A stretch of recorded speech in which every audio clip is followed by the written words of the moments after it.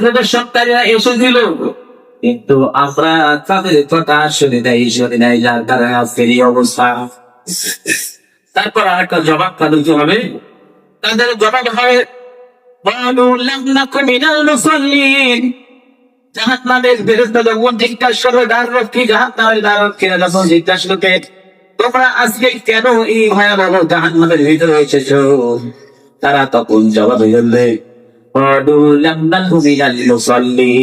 আমরা মুসল্লি ছিলাম না, সালাত আদায়কারী ছিলাম না, নামাজের অন্তর্ভুক্ত আমরা অন্তর্ভুক্ত ছিলাম না।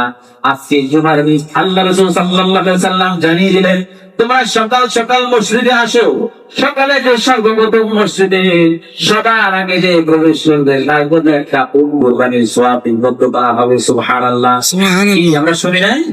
এমনই কিন্তু এটা তো মানি না, এটা আমাদের রোগ, এটা আমাদের কি রোগ। ওই যে জাহান্নামের কথা, জাহান্নামের ফেরেশতা যখন তার রক্ষী যখন আমাদেরকে জাহান্নামীদেরকে জিজ্ঞাসা করবে তোমরা কিসের কারণে জাহান্নামের ভিতরে এসেছো, কিসের কারণে, কিসের অভাব ছিল তোমাদের?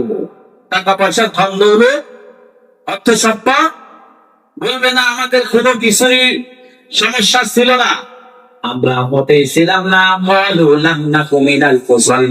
আমরা তো চলতেছিলাম না, আর আমরা মিসকিনদের সম্পদ, আমরা এতিমদের সম্পদ ভোগ করে খেতাম।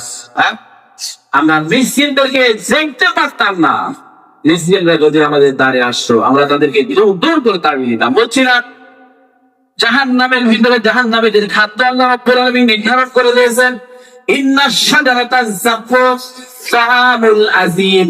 জাহান্নামীদের জন্য খাদ্য তৈরি করে রাখা হয়েছে, জাহান্নামীদেরকে জাকুম বৃক্ষ থেকে তাদেরকে খাদ্য খাওয়ানো হবে।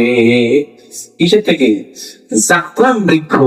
এটা এমন একটি গাছ, আল্লাহ রাসূল সাল্লাল্লাহু আলাইহি ওয়াসাল্লাম বর্ণনা করলেন ইবনে কাসির লিপিবদ্ধ করেছেন ইবনে কাসিরের মধ্যে যে এই জাকুম বৃক্ষটা হচ্ছে ভেজাত অঞ্চলের একটা বৃক্ষ।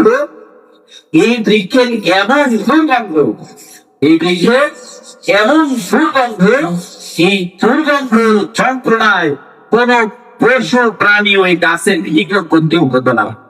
চেষ্টা করছে এমন একটি খাবার, এমন একটি কাঁটাযুক্ত খাবার যার নাম হচ্ছে জাক্কুম।